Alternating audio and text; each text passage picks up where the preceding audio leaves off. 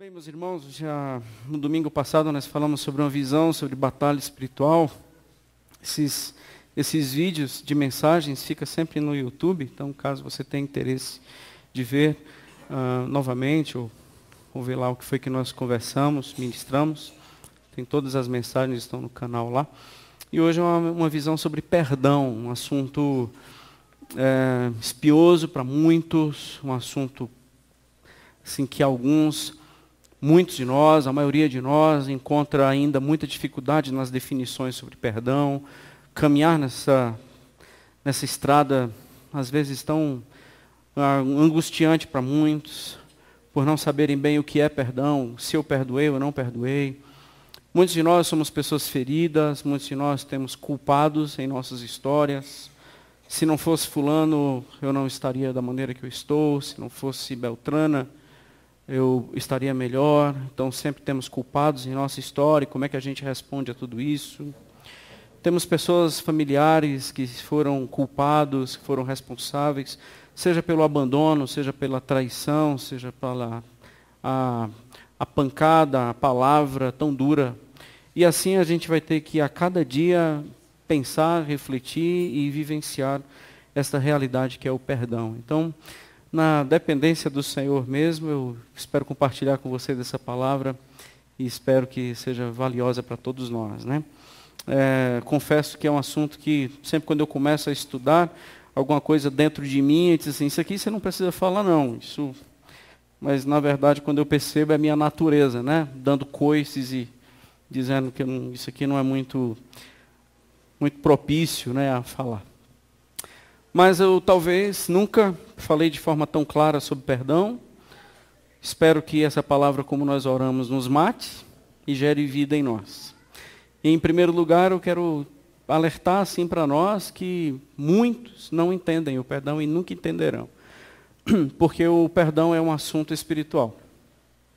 E como é um assunto espiritual e se refere sobre Deus, o homem natural jamais vai entender o que é isso. As pessoas vão entender no máximo o que é desculpa, o que é pagar pelo que fez, deixar de falar, mas eu não quero mais vínculo. O máximo que chega são nessas superficialidades. Quando nós vamos falar de perdão, ele é um assunto que fala do caráter de Deus. Automaticamente, falar do caráter de Deus é impossível para uma pessoa carnal, é impossível para uma pessoa natural. Eu uso o texto de Paulo para começar esse argumento, quando Paulo fala em 1 Coríntios 2, do verso 12 ao verso 16, está aqui no PowerPoint, caso os irmãos queiram acompanhar, mas se preferir abrir na sua Bíblia, fique à vontade. Esse não será o texto que nós leremos. Então, está no próximo slide, 1 Coríntios 2, a partir do versículo 12. Ora, não é possível colocar aqui. Ora, nós não temos recebido o Espírito do mundo, e sim o Espírito que vem de Deus, para que conheçamos o que por Deus nos foi dado gratuitamente. Não temos recebido o Espírito do mundo, essa é a ênfase, mas o Espírito que vem de Deus, para quê? Para que conheçamos o que por Deus foi nos dado gratuitamente. Disto também falamos, não em palavras ensinadas por sabedoria humana, mas ensinadas por qual professor? Pelo Espírito. Conferindo coisas espirituais com espirituais, nós não vamos ficar alienados a nada. Ora, o homem natural não aceita as coisas do Espírito de Deus, porque eles são loucura. É o próximo slide. E não pode entendê-las, porque elas se discernem espiritualmente. Porém, o homem espiritual julga todas as coisas, mas ele mesmo não é julgado por ninguém. Pois quem conheceu a mente do Senhor para que possa instruir? Nós, porém, temos a mente de Cristo. Dá para repetir essa última frase? Nós, porém, temos a mente de Cristo. É verdade? O que você anda pensando? O que eu ando pensando? Viu como o assunto é tão espiritual, mas tão espiritual que não encaixa nas nossas argumentações possíveis. Ou eu tenho a mente de Cristo, ou eu não tenho a mente de Cristo. Não tem uma outra alternativa. Nós temos a mente de Cristo. Veja o que Paulo está falando, que coisa séria. Se fosse Cristo em meu lugar, ele estaria pensando a mesma coisa que eu estou pensando. Se fosse Cristo aqui no meu lugar, nessa situação, ele reagiria da mesma forma que eu estou reagindo, porque eu tenho a mente de Cristo. Dá para imaginar a profundidade disso?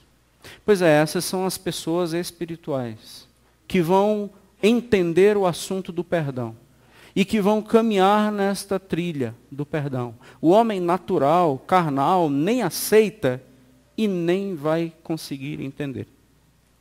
Quando a gente começa a discorrer sobre isso, a gente começa a perceber que as dificuldades que muitos de nós temos em perdoar já está resolvido nesses nossos primeiros minutos. Por que muitos de nós temos dificuldades em perdoar? Por causa da mente que nós temos. Amém? Se nós tivermos a mente de Cristo, qual a dificuldade que teremos em perdoar? Então, já começamos nesses primeiros minutos, já sabendo que a grande possibilidade das resistências que nós temos em perdoar aqueles que nos ofenderam é por uma mente que eu ainda não tenho. A gente percebe que às vezes aqui no Antigo e no Novo Testamento não há um Deus diferente. Olha só o que foi que o Senhor escreveu em Levíticos 19, verso 17 e 18. Levíticos 19, 17 e 18, está aqui também na tela, caso você queira acompanhar. Não aborrecerás teu irmão onde? Dentro de você. Então eu não vou criar dentro de mim, eu estou aborrecido com meu irmão. Não faça isso dentro de você. Mas você vai repreender o teu próximo, e por causa dele, de quem cometeu o erro, pecado sobre você, você não levará sobre ti pecado. Basta o pecado que ele cometeu, você não vai gerar outro em você. Por isso que eu não crio dentro de mim a aversão às pessoas que me fizeram dano, mas eu vou repreender o meu próximo. Então eu não vou deixar para lá, eu vou resolver. Não te vingarás, isso é, você não vai retribuir aquilo que te fizeram, nem guardarás ira contra os filhos do teu povo, mas amarás o teu próximo como a ti mesmo. Quem está dizendo isso? Na verdade, ele usa a palavra Senhor, porque isso aqui é ordem. Quando ele quer dar a entonação ainda mais forte de que ele não está sugerindo, mas ele está mandando, ele se apresenta como Senhor. Quando ele está querendo enfatizar a questão da sua libertação e da sua soberania, ele se apresenta como Deus. E aqui ele não está dando uma sugestão, aqui ele está dando uma ordem. Automaticamente, a gente não faz mediante a nossa vontade, a gente faz por uma obediência. Então a gente começa a desfazer algumas coisas sobre perdão. Perdão é esquecer? Não, esquecer se chama amnésia. Perdão é lembrar e não sentir nada? Não, isso talvez seja anestesia. Ou cachaça. Isso é alguma droga. Perdão é quando eu tenho vontade, quando eu estou pronto. Porque o perdão só é válido quando eu estou pronto para perdoar? Não, então a ênfase está nos teus sentimentos e não na obediência compreendida. Então perdão, ele é deixar para lá? Também não, deixar para lá é covardia. Então perdão é fingir que não aconteceu nada? Não, isso é hipocrisia. Por isso que você deve repreender quem te fez mal. Então isso nem é deixar para lá e nem é fingir que não aconteceu nada. Isso é resolver em amor. São os movimentos do perdão. A gente vai desfazendo algumas coisas. Então possivelmente você lembre daquilo que te fizeram um dia. E quando você lembra daquilo que te fizeram um dia, ainda gera dentro de você sentimentos, você pode questionar se você de fato perdoou ou não. Por quê? Porque geralmente o assunto de perdão, o centro somos nós e os nossos sentimentos. Mas é impossível você lembrar de uma fatalidade que fizeram com você e você, ao lembrar, não sentir nada. Isso é impossível. A gente sempre vai sentir. Agora, haverá uma cicatrização pela graça, mas nós sentiremos sim o que fizeram contra nós, mas a nossa reação não vai ser mediante o que a gente sente, vai ser mediante agora o que a gente sabe. Aí são as formas poderosas do amor, quando nós vamos responder aos que nos feriram. E outra coisa, nós estamos falando de coisa séria, porque senão não precisava de amor, era só um pedido de desculpa. A gente está falando de coisa muito séria, por isso que precisa perdão e não um pedido de desculpa. Se você arranhar meu carro, você vai me pedir desculpa e pagar a pintura. Se você der um tapa na minha filha, você só poderá sair dessa vivo se eu te perdoar. Porque para o perdão, só se for algo que condiz com o perdão. Senão, é um pedido de desculpa. Então o perdão só existe para coisas extremamente sérias, por isso é que é perdão. Quero tirar alguns princípios com vocês, mas eu gostaria de convidá-los a ler um texto comigo em 2 Samuel, capítulo 13, e esse vai ser o texto onde nós pararemos, e veremos aqui nessa narrativa bíblica, nesse acontecimento aqui no Antigo Testamento, quando Davi estava em período de crise, Davi não estava num período muito bom, tinha acabado de falecer o seu filho com Batseba, ele tinha outros filhos com outras mulheres, nessa época que as coisas não estavam muito bem compreendidas na cabeça desse povo. E aqui o episódio está cercado por 3 personagens, esses três filhos de Davi, com mulheres diferentes. 2 filhos da mesma mãe e outro não, Absalão, Amon e Tamar. 2 Samuel 13 diz, tinha Absalão, sabe o que significa Absalão? Abshalom. Abba, Shalom. Pai de paz. Vê como esse negócio não é verdade. Assim, o nome condiz com o personagem. Você vai ver. Então, cuidado, quando você vai escolhendo nome assim para um filho, você não encana muito com esse negócio não, porque geralmente isso não dá certo. O nome não tem muito a ver com... Vamos para frente. Tinha Absalão, filho de Davi, uma formosa irmã, cujo nome era Tamar. Amon, filho de Davi, meio-irmão deles dois, se enamorou, se apaixonou por ela. Angustiou-se Amon por Tamar, porque não era correspondido. Na verdade, sua meia-irmã, a ponto de adoecer, ficou doente por amor, doente de paixão. Pois, sendo ela virgem, parecia-lhe impossível fazer-lhe alguma coisa. A situação para o Amon não era muito favorável para ele. Tinha, porém, Amon um amigo, um grande amigo, cujo nome era Jonadab. Geralmente a gente tem esses amigos ao nosso redor. Esse era filho de Simeia, irmão de Davi. Isso é, ele era tio do Amon. Então, gente de casa. Jonadab era um homem muito sagaz. Verso 4. E ele lhe disse, por que tantos emagreces de dia para dia, ó filho do rei? Não me dirás? Então disse Amon, é paixão. Estou doente de paixão. Eu amo Tamar, irmã de Absalão, meu irmão. Disse Jonadab, deita na tua cama, finge estar doente.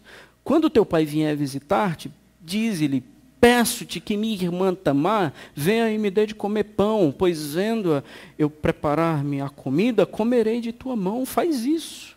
Deitou, pois, Amon, fingiu-se estar doente, e vindo o rei visitá-lo, Amon lhe disse, peço que minha irmã Tamar venha e prepare 2 bolos à minha presença, para que eu coma de sua mão. Então Davi mandou dizer a Tamar, em casa, vai lá na casa do Amon, teu irmão, e faz comida. Foi Tamar à casa de Amon, seu irmão, e ele estava deitado. Tomou ela a massa e a amassou, fez bolos diante dele e os cozeu. Tomou a assadeira e virou os bolos diante dele, porém ele recusou comer. O cara estava fazendo dificuldade. Disse Amon, todo mundo saia daqui, por favor, deixa só eu e ela. E todos se retiraram. Então disse Amon a Tamar, traze a comida à minha cama, e comerei da tua mão. Tomou Tamar os bolos que fizera e os levou a Amon, seu irmão, à câmara, isso é, no quarto, mas no seu lugar íntimo. Então lhes oferecia para que comesse. Pegou-a e disse-lhe, vem, deita comigo, minha irmã. Porém ela lhe disse, não, meu irmão, não me forces, porque não me faz assim em Israel. Não se faz assim em Israel. Não faça tal loucura. Por onde eu iria, eu com minha vergonha. E tu serias como um dos loucos de Israel. Agora, pois, peço-te que fales ao rei, porque não me negarás a ti. Vamos fazer as coisas do jeito certo. Porém, ele não quis dar ouvidos ao que ela lhe dizia, antes, sendo mais forte do que ela, forçou-a e se deitou com ela. Só até aqui o versículo 14. Na verdade, o texto ele vai até o versículo 39. Mas a partir do 15, para a gente não demorar muito na leitura, deixa eu fazer uma narrativa daqui para frente. O que foi que aconteceu? Amon violentou Tamar. Então, Tamar ela foi estuprada no quarto do Amon. E depois disso, o Amon a rejeitou e a expulsou de lá. Quem o vê como expulsa, andando pelas praças com cinzas na cabeça, é o Absalão, irmão dela. E a acolhe. E disse, o Amon fez isso com você? Fez. Depois vocês podem ler o texto. E o Absalão a acolhe na sua casa. Ele passa 2 anos sem falar nem bem nem mal com Amon. Ele rompe as relações com Amon. Já ouviu algum irmão assim dizer, eu não falo mais com ele? É o Absalão. Então assim, eu não falo mais com ele, rompemos, eu não dirijo mais a palavra. Isso. Então o Absalão passou 2 anos assim. Um dia, ele fez uma festa da tosquia. É como alguém já fez farinhada. Boa, né? Não? O pessoal assim da roça, quem faz farinhada, junta muita gente. O pessoal não está nem pela farinha, o pessoal está pela conversa, o diálogo. Quem é da roça, ou outras coisas assim que faz com que o povo se ajunte. O Absalão, ele fez era na época da tosquiar as ovelhas, tirar a lã das ovelhas, e ele falou com Davi para vir todo mundo, todos os filhos do Davi, que na época era mais ou menos uns 20. Junto com seus servos e esposas. O Davi diz assim, não faça isso, rapaz, porque vai ficar muito caro para você. E o Absalão disse, traz pelo menos o Amon. E quando o Amon veio junto, na festa, Absalão já tinha armado uma tocaia e matou o Amon através dos seus servos. Houve um assassinato. A notícia chegou ao Davi dizendo que todos os seus filhos tinham morrido. Seus filhos chegaram, e a notícia foi agora esclarecida. Só o Amon morreu. E aí Davi começou a perseguir o Absalão. Depois ele desistiu de perseguir o Absalão. Versículo 39. O último versículo do capítulo. E o rei cessou de perseguir Absalão, seu filho. Porque já tinha consolado acerca de Amon que era morto. Esse texto fala de um caminho contrário ao perdão. E eu escolhi pensar nesse texto, porque esse texto sempre foi muito vivo para mim e me ajudou muito a não ser, ou a um caminho que você não deve seguir. Porque quando nós optamos por outra coisa que não seja pelo perdão, as coisas vão terminar em morte, acredite você ou não. Quero tirar desse texto pelo menos alguns princípios para aplicação nas nossas vidas, sobre a luta que você está travando, a luta que eu estou travando, ou a luta que ainda travaremos sobre esse assunto perdão. Vamos lá? Queria compartilhar com vocês o primeiro princípio. Perdão é a decisão de Deus como a única possibilidade de existir vida. É a decisão divina como única possibilidade de existir vida. É através do perdão. Meus irmãos, o sangue de Jesus foi conhecido o seu efeito quando? Foi há 2019 anos atrás? Capítulo 1 de 1 Pedro, versículo 20, diz que o efeito do sangue do Cordeiro é conhecido antes da fundação do mundo. Cristo não morreu, na verdade, em 2019 anos atrás. O efeito do sangue de Cristo é conhecido antes da fundação do mundo. Antes de Adão e Eva, o sangue de Cristo já estava cobrindo toda aquela situação. O Éden, ele não era regado por água, o Éden era regado por sangue. Já havia perdão na criação. Porque o efeito do sangue do Cordeiro, que redime o pecado, o efeito dele está antes da fundação do mundo. Então, a criação de Deus só poderia existir se fosse por perdão. As coisas só podem ser mantidas pelo Senhor pelo perdão. O que podemos ler desse texto de Lamentações 3, 22 e 23? Esse texto de Lamentações diz: as misericórdias do Senhor são a causa de não sermos consumidos, porque as suas misericórdias não têm fim, mas a renovação dela é diária. Hoje de manhã o Senhor teve que tomar uma decisão: ou eu extermino todo mundo, consumo todos pela minha ira, ou eu perdoo todo mundo. Qual foi a decisão de Deus? Pelo fato de estarmos aqui hoje, a decisão de Deus hoje de manhã foi não nos consumir. Ao amanhecer no nosso relógio, Deus disse: ou eu renovo a minha misericórdia, ou eu vou ter que consumir todo mundo. Qual foi a decisão de Deus? Renovar a sua misericórdia. E como é que você tem amanhecido? E como tem sido o teu amanhecer? E como tem sido o meu? Quais as pessoas que vêm à sua mente? Quais as pessoas que você lembra antes de dormir e são quase os primeiros que você lembra ao acordar? São as pessoas pelas quais nós sentimos ódio. E temos amargura, e temos ressentimentos. Geralmente, essas pessoas são as últimas do nosso dia e as primeiras do nosso amanhecer. Aí só tem uma coisa a fazer. Uma decisão, não é escolha, é uma decisão. Ou você consome com a sua ira, ou você renova a sua misericórdia com essa pessoa. Porque isso é o jeito de Deus. Então, perdão é o jeito de Deus de manter vida. Porque se não for através do perdão, não haverá vida. Não há outra opção. Segundo princípio, o perdão é a resposta ou a solução divina para absurdos. O perdão é a resposta do Senhor para absurdos. Porque é tão absurdo que precisa-se do perdão. O perdão, ele não é para algo simples. O perdão só é para absurdos. Absalão, qual foi o problema? Por que você está com um semblante que demonstra que você está vivendo em ira? A minha irmã foi estuprada. Que tal esse absurdo? E a minha irmã foi violentada por aquele cara que deveria acolhê-la. Que tal esse absurdo? Você já teve familiares próximos a você, você já teve pessoas amadas que foram vítimas de estupro, e você teve a possibilidade de pegar o estuprador e olhar na cara dele. Você sabe o que é isso, amigo? Então é por isso, Absalão, é por isso. Então, Absalão, só tem uma coisa para responder diante de tal absurdo: perdão. Porque só o perdão pode responder corretamente aos absurdos. Irmãos, vocês estão entendendo?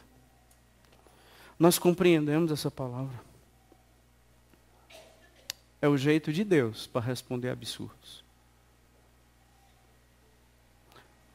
Temos muitos homens. Eu sei que eu piso em terreno complicado, mas é com muito respeito. Mas eu não acredito que se a gente não pisar em terrenos assim, nós seremos curados. Sabia que existem homens que foram abusados quando crianças e ninguém sabe disso até hoje? E eu não sei de nenhum de vocês, não. Mas por causa desse abuso, eles são quem são?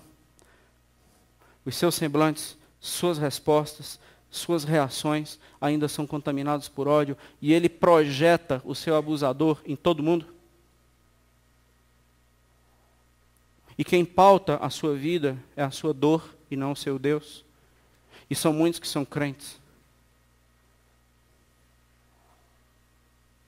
só absurdos, eles podem ser alvos do nosso perdão. As traições que nós sofremos, as coisas que nós sofremos, a dor tão aguda. Absalão, ele estava com a dor genuína, ele só não soube responder a este absurdo. Por que que a gente desconhece, às vezes, do grito da cruz? O que foi que Jesus falou na cruz, gente? Lucas 23, 24. Jesus, ele disse o seguinte na cruz: Pai, perdoa-lhes, porque eles não sabem o que estão fazendo. E sabe o que é cruz? Um absurdo. Na época, não havia nenhum tipo de morte mais cruenta do que a cruz. Na época, não existia um instrumento de tortura tão agonizante, de tanta exposição, de tanta humilhação do que cruz. Poderia haver outros instrumentos de mais tortura, mas não o pacote de tanta humilhação. Associado a tanta dor, associado a tanto sofrimento, associado a tanto sofrimento prolongado. Porque quando nós sofremos e morremos instantaneamente, o sofrimento não é tão prolongado. Agora a cruz é um prolongamento, uma prolongação de sofrimento, de humilhação, de dor e de angústia. E quando o Senhor está na cruz, por isso que as pessoas dizem assim: rapaz, se você é Deus mesmo, desce daí. Porque ninguém pode aguentar isso sendo inocente ou tendo qualquer recurso para se livrar da cruz. Porque qualquer recurso que eu tiver que possa me livrar da cruz, eu me livrarei. Porque não existe nada mais cruel do que cruz. Então, na verdade, o grito deveria assim: me perdoem, mas eu não quero ir para a cruz. Na verdade, ele foi para a cruz e disse: perdoa eles, porque eles não sabem o que estão fazendo. Porque perdão é a resposta para absurdos.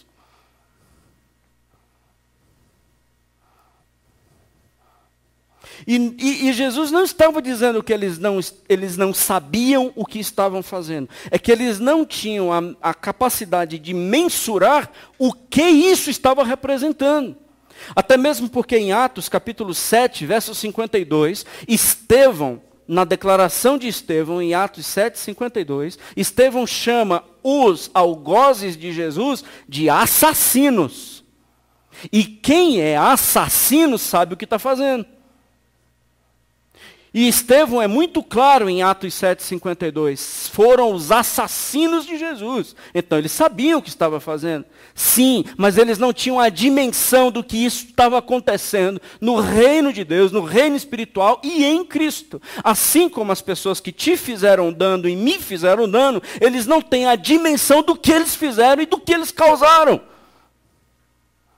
Então o que eu só posso dizer é: Pai, perdoa, porque ele não sabe o que ele fez aqui dentro. Essa pessoa não tem ideia do destroço que aconteceu na minha alma por ter feito isso. Então, mas só tem uma resposta para tal absurdo: é perdão. Porque senão a gente vai pegar o caminho do Absalão. E a nossa família vai terminar do jeito que terminou aqui. Terceiro princípio sobre perdão é a revelação de Deus de que há muitas pessoas para a gente restaurar. Por que o perdão ainda existe? Por que o perdão ele tem que ser a nossa resposta? Porque tem muita gente ainda para ser restaurada. As pessoas que nos ferem são pessoas que devem ser mortas ou são pessoas que devem ser salvas? E por que a gente não pensa assim?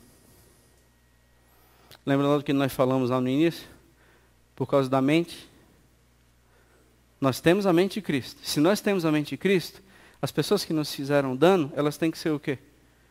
Salvas. E quem vai ser o instrumento de salvação? O Cristo delas. E o Cristo delas foi crucificado. Por quem? Por elas. Desceu da cruz? Não. Disse: perdoa-os. Então, sabe por que nós temos que ministrar perdão? Porque tem muita gente ainda para ser salva. E sabe quem são as pessoas que precisam ser salvas? São aquelas que me feriram. E sabe por que a gente quer que elas morram? Porque nós não temos a mente de Cristo. E sabe por que nós não temos a mente de Cristo? Porque nós não somos espirituais. Nós somos evangélicos. E quem é evangélico tem uma vida que busca sabor de mel e não sabor de cruz. Porque colocou o homem no centro para ter cheio de direitos.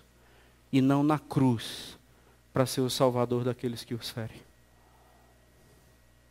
Por isso que essa mensagem não encaixa na mente do cristão moderno. Porque o cristão moderno, ele dá coice quando os seus direitos são violados. E a pessoa que fez o que fez, estuprou a minha irmã, ela tem que morrer. Já disse para vocês que eu sonhava, gente. Não quero falar de mim, quero falar da palavra, mas só dar um parêntese. Eu sonhava pegando o cara que violentou minha mãe e espancou minha mãe. Eu tinha sonho. Não podia ser do Senhor, era do cão. Mas eu sonhava amarrando o sujeito, cortando as suas costas de gilete e passando sal. E eu ouvia os gritos desse cara no meu sonho. É o Jonadab que está me dando esses conselhos. Sabia que o meu sonho era ser policial? Por quê? Porque eu ia ter agora uma arma legal, ia fazer todos os meus investimentos na minha profissão para descobrir quem tinha feito aquilo com a minha mãe, para tornar o meu sonho uma realidade. Mesmo crente. Baterista da igreja, irmãos. Eu estava... Daqui a pouco eu falo sobre isso. Mas eu estava certo de que eu estava no caminho correto, porque a pessoa que fez, ela tem que pagar pelo que fez. Na mente de quem? Porque se for na mente de Cristo, não. Porque quem pagou pelo que ele fez já foi na cruz. Cobra lá na cruz, então. Porque alguém na cruz pagou por ele. Você vai cobrar dele? É porque nós somos o Deus que não pode ser ferido. Não estou dizendo que isso é fácil. Só estou dizendo que isso é o Evangelho. Por isso que eu disse que quando o Evangelho ele é pregado, ele nos traz vida, mas antes nos mata. Quantos de nós temos pessoas guardadas nos calabouços da nossa alma, irmãos? Quantos de nós temos pessoas que nos deve muito e tem que pagar pelo que fez? E por isso que as nossas histórias é uma administração de mortes a cada dia.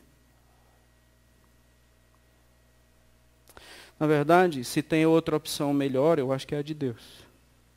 Mas pode ser que você não concorde com Deus e seja mais justo do que Ele e tenha um caminho mais alinhado do que o dele. Então, na verdade, quando eu adquiro a mente de Cristo, qual é o risco que eu corro? O risco que eu corro é de um dia encontrar-me com o rapaz que fez a atrocidade com a minha mãe e chamá-lo de irmão.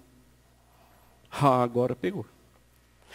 E ter a certeza que esse rapaz que fez o que fez com a minha mãe, nós vamos para o céu juntos e glorificar o Senhor por toda a eternidade. Isso é o Evangelho. Gostou? Não pode ter gostado. Porque ele não foi feito para a gente gostar. Se você fosse Cristo e tivesse um encontro frente a frente com Paulo, você o usaria como evangelista ou você o mataria? Viu o que é a mente de Cristo? Porque o Paulo que permite a morte de Estevão e matou vários cristãos, quando Cristo chega e intercepta a caminhada do cara, na minha cabeça era para matar. E aí, Paulão, você é todo fortão, vem agora. Ou com você não seria diferente? Na minha cabeça só pensa isso. Ou você acha que eu, Cristo ressuscitado, não ia lá no Pilatos puxar o dedão do pé dele? Certeza. E lá em Caifás, chegar de noite assim no quarto dele. Eu encontrando Paulo tete a tete. Eu sendo o Senhor de toda glória. Se eu piscasse, ele era fulminado. Eu ia talhar esse cara na gilete. Mas o Cristo vivo não. Ele se encontrou com o Paulo e disse: Paulo, você está me perseguindo, mas eu vou gerar em você vida, porque eu te perdoo pelo que você fez.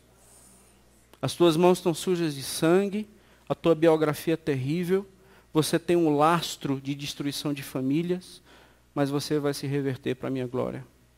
E eu vou fazer de você um grande instrumento, e você vai perceber o tanto que importa sofrer pelo meu nome. E o engraçado é que o Senhor, quando vai falar com o Ananias, eu perdi o nome do personagem, ele diz: vai lá que o Paulo está orando. Ele diz: que Paulo? O de Tarso. Ele disse: o senhor está doido? Falando isso com o Senhor. O senhor não sabia quem é o Paulo? Ele disse: não sei. Quem é? Mas ele está matando um monte de crente, ele agora vai ser dos nossos. Eu disse: agora você vai chamar de irmão. E quem foi o Paulo, hein, gente? O responsável por hoje nós sermos cristãos. Porque foi através desse homem que o Evangelho rompeu os mares e chegou até o Ocidente. Se o Senhor não acreditasse num Paulo, nós estaríamos condenados ao inferno, porque nós não saberíamos quem era o Evangelho. Sabe por que Deus converteu o Paulo?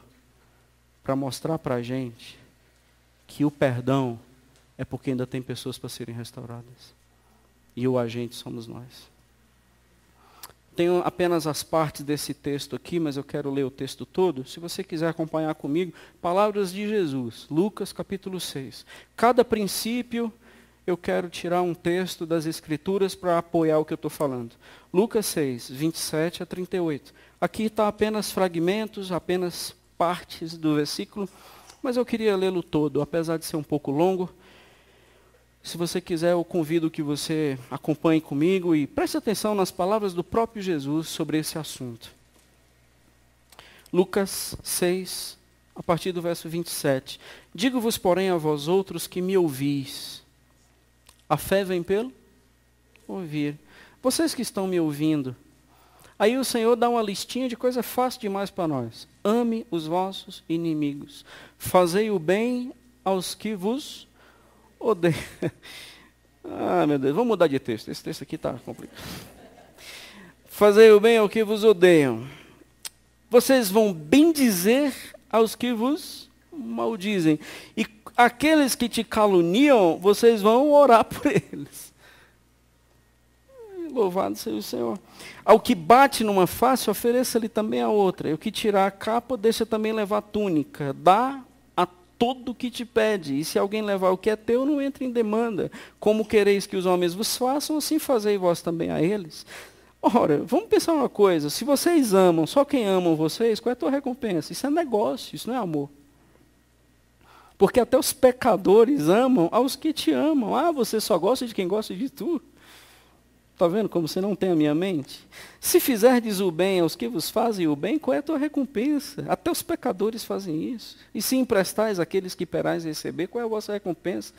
Também os pecadores emprestam aos pecadores para receber outro tanto.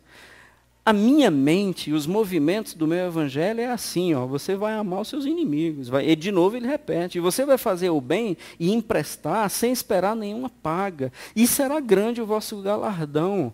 Agora o bicho pegou. E sereis. Agora vocês são filhos de Deus se vocês fizerem isso. Então, até então vocês não são. Aí vocês serão filhos do Altíssimo, porque as pessoas olharão para você e dirão assim, mas é a cara do pai dele. Ele disse isso.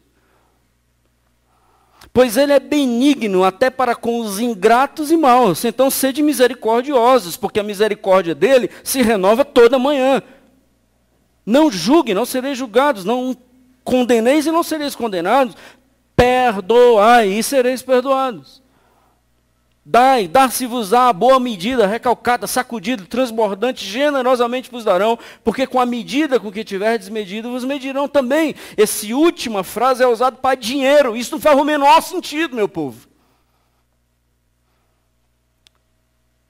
Dê, e o Senhor vai te devolver. Dá o quê se tudo é dele?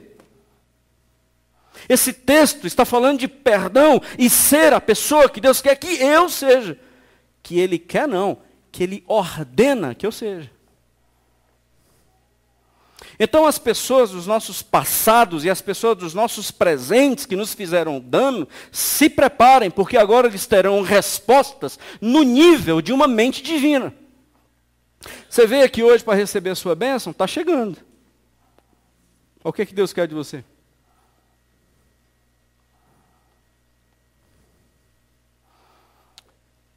A não ser que você queira o evangelho do sabor de mel. Aí quem te fez um dano vai te ver no palco e vai... Ah, que coisa! Bom, na verdade o evangelho nunca disse que nós iríamos para o palco, ele dizia que a gente ia para a cruz. E a nossa vitória é vê-los salvos.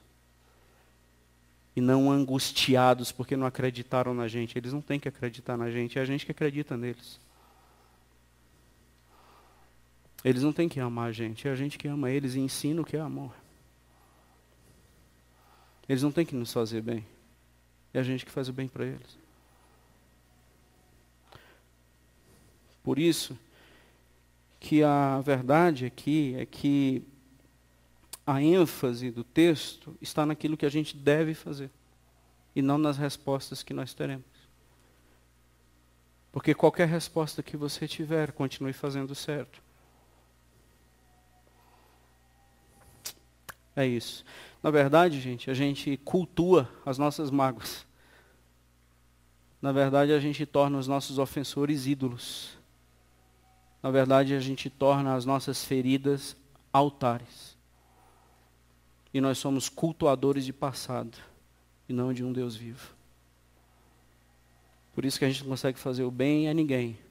Porque, de fato, o Cristo ainda não nos libertou. Porque se Ele tivesse nos libertado, verdadeiramente, nós seríamos livres. Mas ainda não somos. Somos presos e aprisionados e carcereiros. 4 princípios.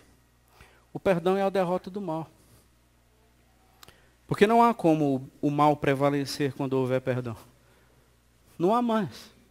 Como o Absalão iria dar o processo reverso para toda essa história? Se ele perdoasse Amon. Cadê a Tamar aqui, gente, no texto? Vocês viram? Depois dá uma lida no texto e vê onde é que está Tamar no texto. Ela some. Sabe que a dor de Tamar só melhorou? Não, porque pensa comigo. Tamar acabou de ser violentada, estuprada. Vem o seu irmão, a encontra e a acolhe. Depois o seu irmão mata o seu estuprador. O pai dela está querendo matar o irmão dela, que cuidou dela, agora ninguém mais cuida dela. E o pai quer matar o irmão que cuidava dela, porque matou o irmão que... Então só melhorou a vida de Tamar. E os irmãos de Davi, está todo mundo disperso, porque agora um ficou querendo matar o outro, vocês vão ver a bagunça daí para frente. Então só melhorou, viu? O teu ódio vai resolver muita coisa, vai colocar tudo em ordem. Mata quem te fez o mal, responde o mal com o mal e as coisas vão ficar tudo muito boa. Então a pessoa que fez o que fez com seu filho, vai lá e dá uma surra nele. Isso vai melhorar a situação, vocês vão ver.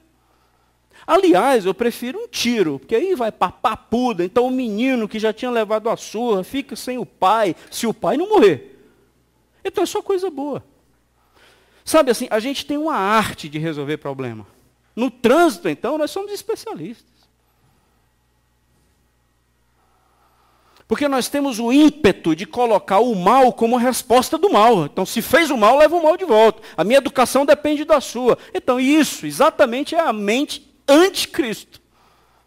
Porque uma pessoa que diz que a minha educação depende do outro, ele está a léguas e diametralmente oposto à mente de Cristo. Porque quem é que vai ensinar essa pessoa a ser educada se não for o próprio Cristo? Como é que o nosso cônjuge vai se converter se não formos nós, o Cristo deles? Como é que os nossos filhos vão se converter se não formos nós, o Cristo deles? Agora, quando a gente pensa em nós não somos o Cristo de ninguém.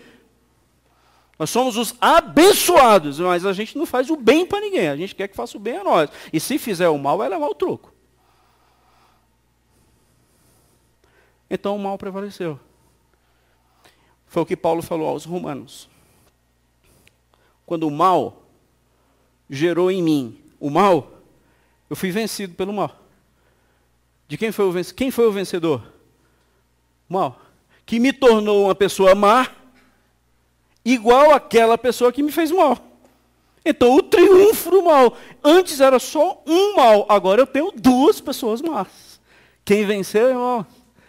O mal, irmãos. Aí agora, se eu responder com o bem, qual é a possibilidade? De ver essa pessoa que praticava o mal, agora aprendendo como é que se faz o bem. Romanos 12, 21. Não deixem que o mal vença vocês, aqui está na tradução da linguagem de hoje, mas vençam o mal com o bem. Por que é tão difícil a gente aprender esse texto? Porque não somos espirituais, somos carnais. Desculpe, porque alguns têm tanta dificuldade. Porque alguns não são espirituais, são carnais. Agora, se a espiritualidade for dar grito, amarrar o cão, esse negócio, aí tranquilo. Até que você tenha alguém para perdoar. Mas quando surgir na sua caminhada alguém que você vai ter que perdoar e tem que se aparecer o cristão, aí pode voltar, gritar, cantar, rolar no chão, tocar fogo no cão, amarrar, não sei o que, esse negócio. Aí você pode voltar a fazer isso, contanto que o seu inimigo seja um alvo da sua oração, que o seu ofensor seja um alvo da sua bênção, que quem te amaldiçoa seja alvo da sua compaixão. Contanto que seja isso, encaixa. Mas sem encaixar, continua então pulando aí para ver. Tiago 4,17 diz, aquele que sabe que deve fazer o bem e não faz, está pecando. Aquele que sabe que deve fazer o bem e não faz, está pecando. É contra mim, não é contra o outro. E quando eu peço perdão e a pessoa não me perdoa, perdoa ela.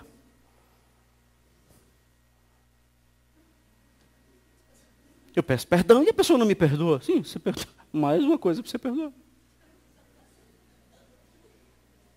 Então não foi perdoado, é claro, o que está no teu coração?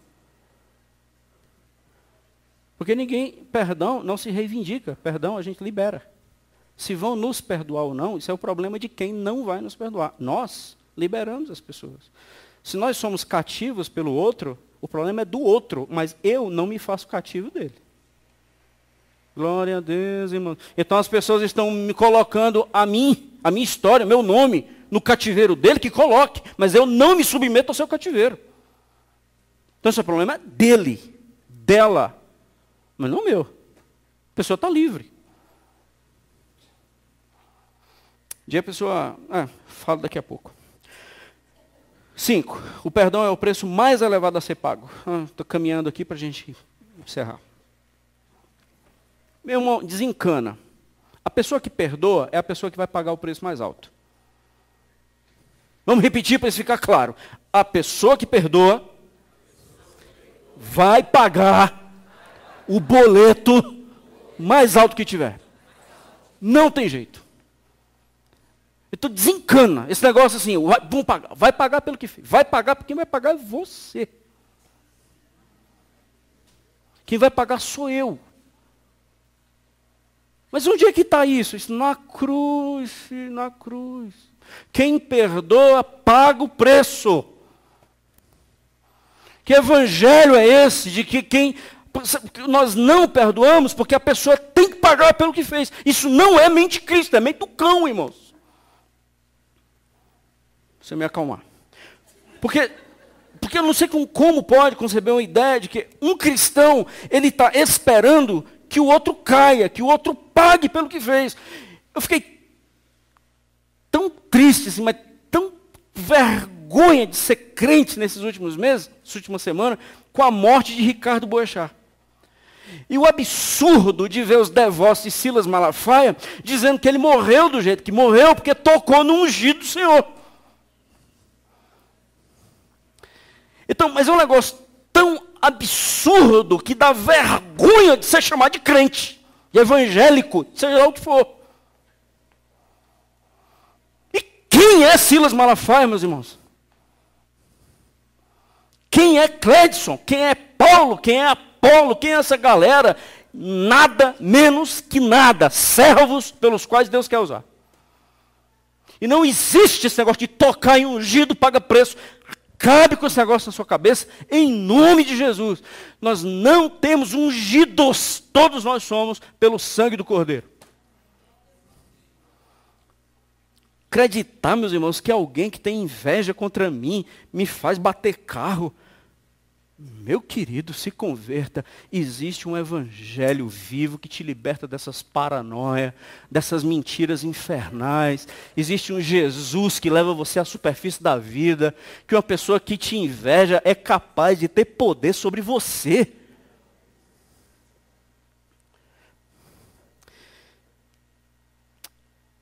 Deixa. Os cristãos os crentes que tem que orar abaixo para o diabo não ouvir. Eu não sei, cara, de fato, onde esse pessoal vive, não. Porque quando eu estou diante do meu pai e digo, pai, só fica eu e ele. Quando eu digo, pai, aí só está eu e ele. Não tem cão ouvindo a conversa e articulando o papo. Não sei que lugar é esse que tem tanto acesso demoníaco que eu tenho que orar abaixo porque ele está aqui do meu lado. Bom, do meu lado não está. Eu acredito no acampar dos anjos do Senhor ao meu redor. Sei que existe batalha espiritual. Se tiver dúvida disso, veja lá o vídeo do domingo anterior. Mas sei que batalha espiritual, não sou doido. Sei que existe Satanás, existe seus demônios. Mas existe um local onde eu moro. Colossenses 3:3. Eu estou em Deus com Cristo. É lá onde eu moro. Se quiser me pegar, eu estou lá. Agora, de fato, eu não sei onde é que esse pessoal vive. Que o cão chegou, o cão pegou, o cão derrubou, o cão bateu o carro. Só pode ser coisa do cão nessa sala. Bom, aí eu não sei onde é que você está morando e ele moraria na sua casa. Não sei como é que é esse negócio. Resolva-se. Automaticamente, quando eu começo a perceber que esses movimentos da vida cristã e da fé, quando eu começo a perceber que os meus caminhos são caminhos de sucesso, de que ninguém me afeta, de que ninguém pode interferir o meu caminho, a nossa luta está contra esse negócio, eu deixo de compreender que as pessoas que estão por acaso me invejando, as pessoas que estão por acaso me aprisionando, elas são alvos do meu amor, das minhas orações, das minhas bênçãos. Isso não é algo que eu faço, irmãos. Isso é algo que eu tenho que fazer, assim como você. Porque se você está olhando para mim assim, e tu faz isso aí, pastor, então eu não quero te dizer que isso é coisa que eu faço, só quero te dizer que isso é coisa que nós temos que fazer. João 13, do 2 ao 4, no ambiente da ceia, durante a ceia, tendo já o diabo posto no coração de Judas Iscariotes, filho de Simão, que traísse Jesus, sabendo este que o Pai tudo confiara às suas mãos e que ele viera de Deus e voltava para Deus, levantou-se da ceia, tirou a vestimenta de cima e tomando uma toalha cingiu-se com ela. Eu acho fantástica essa frase. Eu acho fantástica essa frase. Sabendo este que o Pai tudo confiara às suas mãos e que ele viera de Deus e voltara para Deus. Eu sei quem eu sou, eu sei de onde eu vim, eu sei para onde eu vou, então eu posso pagar qualquer preço. Cadê o balde e a toalha? Deixa eu lavar os pés do Judas, do meu inimigo. Já falei aqui uma vez e repito. Sabe o que significa colocar o bocado no seu vinho? Deixa eu explicar mais uma vez. Eu acho fantástica essa ilustração de que se nós tivermos... Alguém tem o hábito de molhar o pão e ficar chupando no café, assim? Molha o pão no café e fica chupando o pão. É um negócio higiênico, principalmente assim, um negócio... Se a Anvisa pega, ela lacra a cozinha. Mas é interessante, assim, se eu estiver tomando café com você e eu molhar o meu pão no teu café e sair chupando, isso é um negócio muito nada a ver. Agora, filho faz isso. Se o seu filho fizer isso, é bonito. Assim, seu marido às vezes faz. Mas eu? Pois é, o Judas fez isso no cálice de Jesus. Foi exatamente isso. Aquele que molhar o seu pão no meu, esse é o que vai me trair. Sabe o que é isso? O meu cálice está aberto para você, porque eu não sou igual a você. Eu não ponho a mão no meu cálice para você, não. Meu cálice está aberto, molha. Porque eu pago o preço mais caro. O perdedor não é quem perdoa. O perdedor é quem traiu. O perdedor é vencedor. E gera num traidor a vitória da vida, que só através do seu testemunho pode ser dado. Para frente. O perdão não pode ser adiado, irmãos. O perdão não pode ser adiado. 2 anos, Absalão ficou guardando mágoa. Ele começa rompendo as relações com Absalão, com Amon. 2 anos sem falar com Amon. O perdão não pode ser adiado. Tempo não é aliado de restauração. Não diga assim, eu ainda não estou pronto. Não diga assim, eu estou esperando o tempo de Deus. O perdão é agora, é hoje. Ele não pode ser adiado. O tempo não é meu aliado. Isso é humanismo misturado com religião pagã em nome de Deus. Pergunte a Absalão, valeu a pena aguardar, chefe? 2 anos de mágoa, rancor, ressentimento? Para fazer uma festinha para matar os outros? As nossas festas precisam ser legítimas. Muitas vezes nós fazemos as nossas festas pensando nos nossos inimigos, ou jamais convidaríamos, ou convidamos para nos exibir para eles. Então isso é festa de morte, isso não é festa que celebra a vida. Absalão celebra uma festa, mas para matar seu irmão, de humilhação, de vergonha, para esfregar na cara. O que nós fazemos nas nossas festas? Não vou chamar o fulano, ou eu chamo o Beltrano, mas é para me exibir, é estético para a morte, não ético para a vida. Por quê? Porque o perdão é adiado, o perdão é postergado, isso não pode. Nós lembramos os textos, Lucas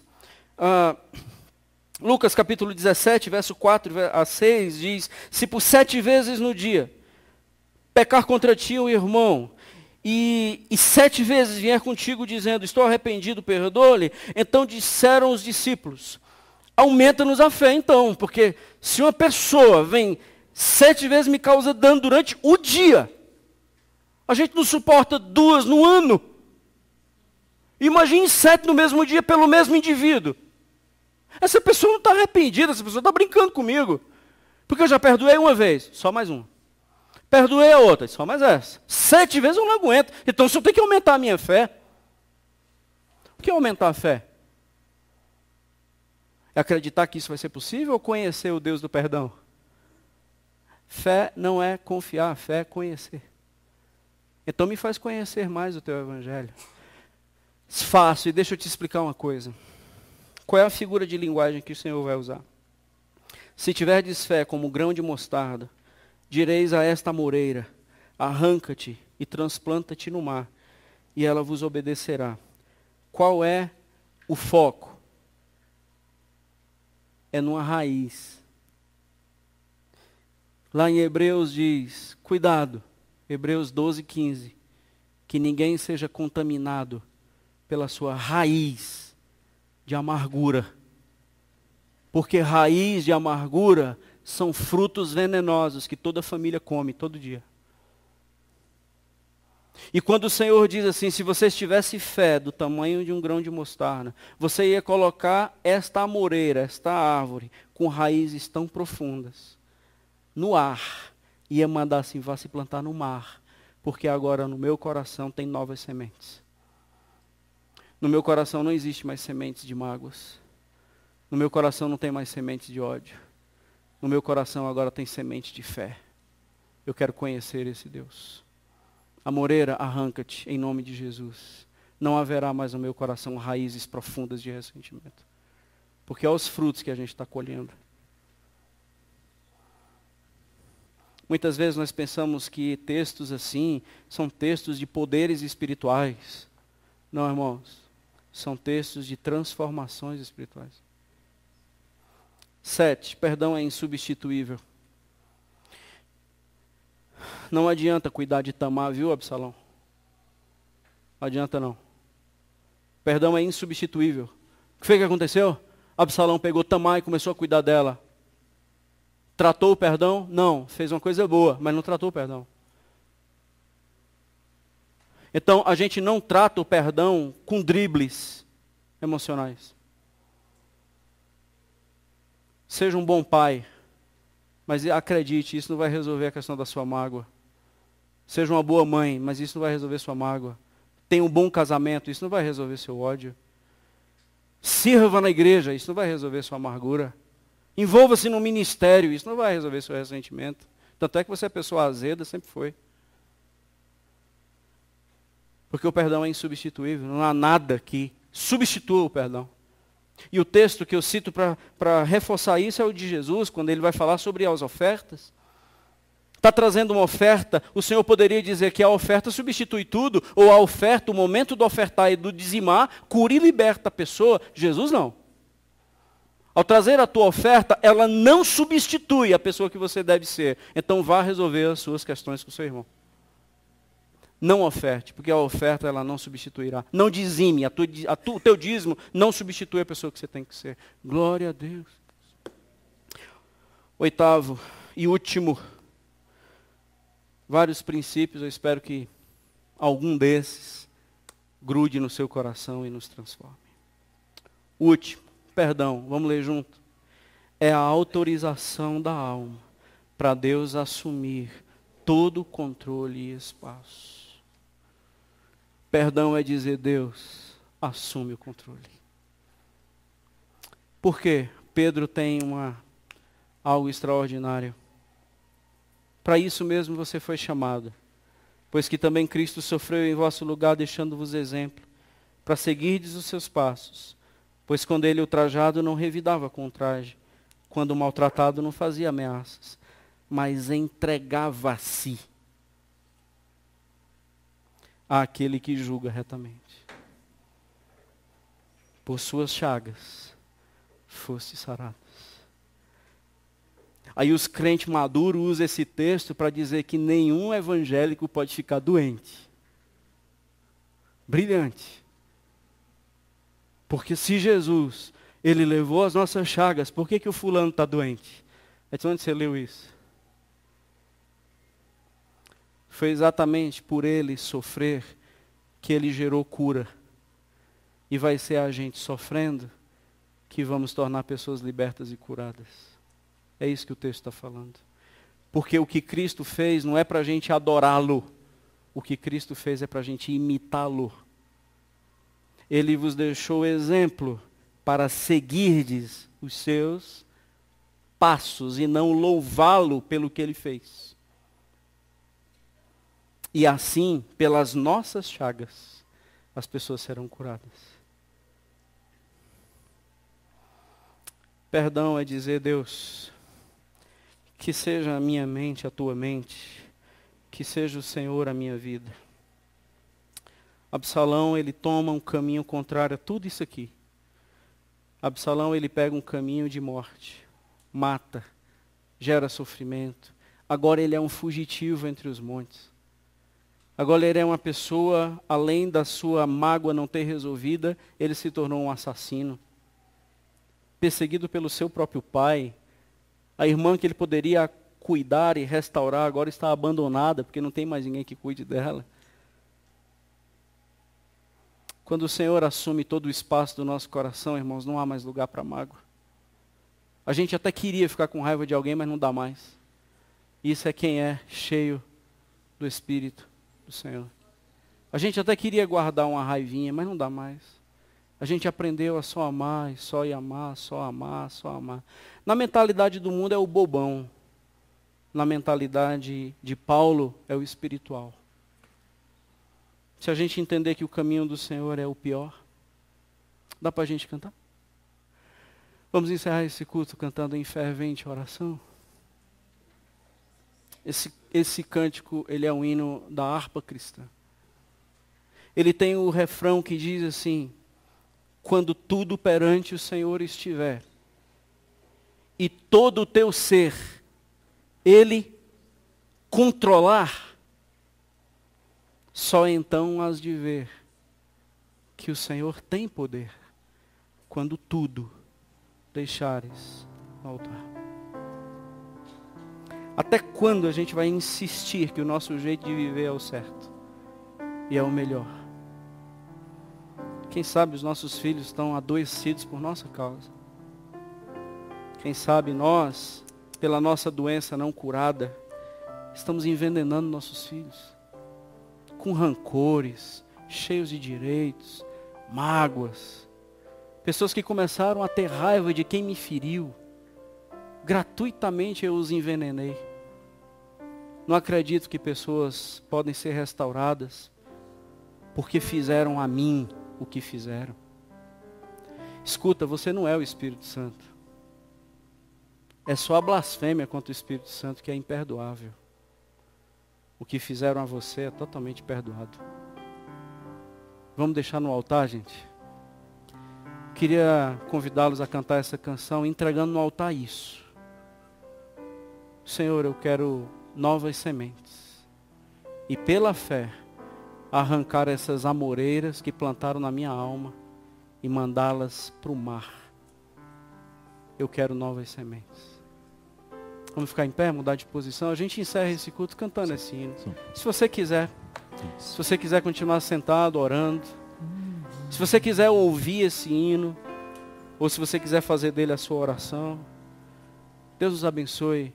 Ministre cura em nós. Em nome de Jesus.